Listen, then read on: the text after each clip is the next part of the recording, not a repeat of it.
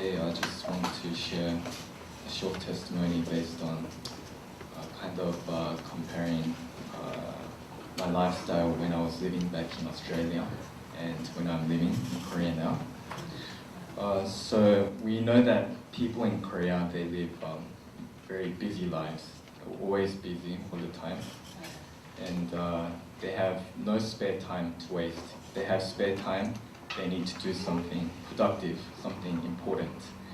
And so people usually, when they finish work, they finish late, a lot of people, and they have even social meetings after they finish. And then some other days, like for us, we have many church activities to attend as well. So living this kind of lifestyle in Korea compared to Australia, it's quite a big contrast because in Australia, work starts from 9 a.m. sharp to 5 p.m. Sharp. And so after, no one expects you to come in early before 9 or finish after 5. That's literally a waste of your time. So people expect just 9 to 5, that's it. And so you could imagine in Australia, when I was living in Australia, I had all the time in the world to do anything that I want. I had so much free time. So what exactly did I do with my free time? I did nothing, really. Yeah, to be honest. So human being has this tendency to do nothing productive when given with extra free time, more free time than they need. They will spend as much time on YouTube and Facebook, Instagram, watching dramas as much as possible. And they are not even conscious of doing this, how much time has passed by when they are doing these activities. And so it's very natural for people to want to relax whenever they are given a chance. And paradoxically, the more free time a person is given, the more lazy and unproductive they become. You might have experienced this when you have day off from work, when there's a public holiday. When we just stay home and do nothing, it becomes like almost impossible to go outside and step out of the house. And so now that I have adapted to this busy lifestyle in Korea, I have become more productive, but at the same time, I'm always tired, sleepy, and I find it difficult to find time to relax, and let alone find time to spend with God. And because there's such limited time, it takes a lot of effort and willpower to take time apart to study the Bible and pray. But that makes me ask myself, even when I had all the free time in the world, did I do these things? Would I do these things? Answer is probably not, because I have lived like that already before. So finding time to spend with God can be challenging amidst a busy schedule and lifestyle. But I think how we spend our time is what shows us where our priority really lies. What we really love to do, what is valuable, what is precious to us.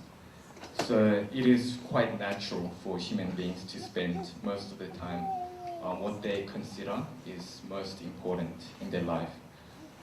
So of course people say that we need to live in this world, that we need to do these things, we need to work hard, we need to relax, we need time to do these things because we are still living in this world.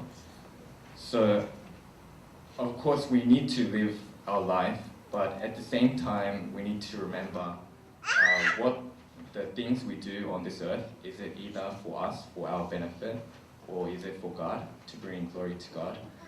And so I think we need to kind of take a closer look at this to see where we are dedicating ourselves to.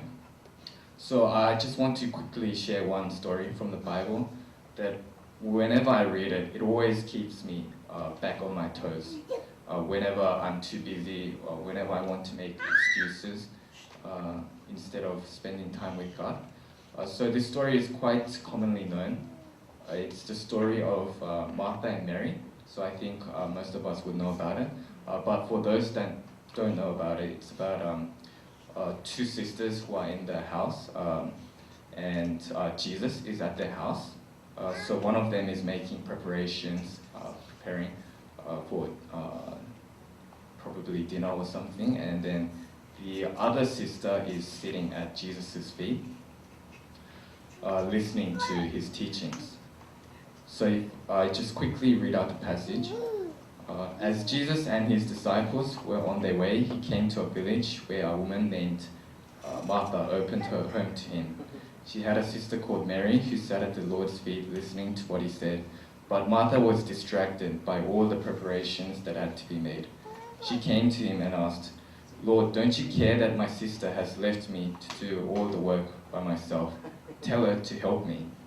"Martha, Martha," the Lord answered, "you are worried and upset about many things, but few things are needed, or indeed only one.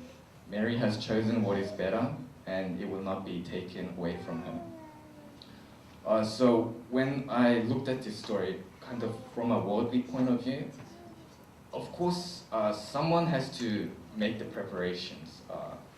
Otherwise, the preparations are not going to prepare themselves. There has to be someone that has to do it.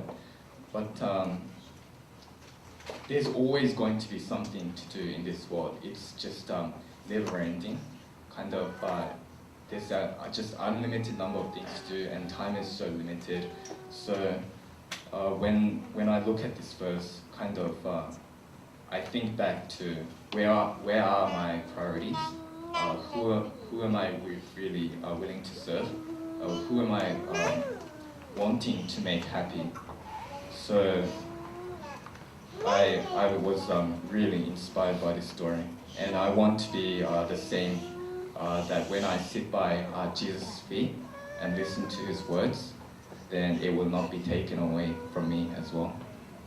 Thank you for listening.